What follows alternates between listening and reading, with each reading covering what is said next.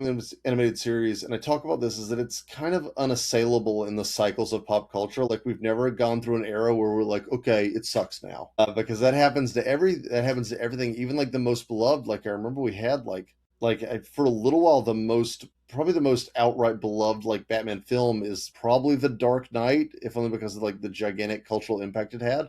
But even Hmm. among like a large amount of like film buffs, like about 10 years after it came out, everyone kind of came back to it and was like, does it suck though? Not as good as I remember. I remember, because you rewatch those Christopher Nolan movies, and especially when you compare them to like what Marvel was pumping out, they feel like they're from a different universe. Hmm.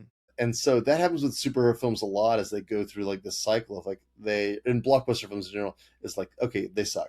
And then 5 years later, they're like, actually, they were underrated. They're an underrated masterpiece, and it just cycles through and through. But Batman animated series, from like sun up to sundown, it has been just everyone has agreed like this is Batman. This is good. Uh-huh. This is one of the good ones. Hmm.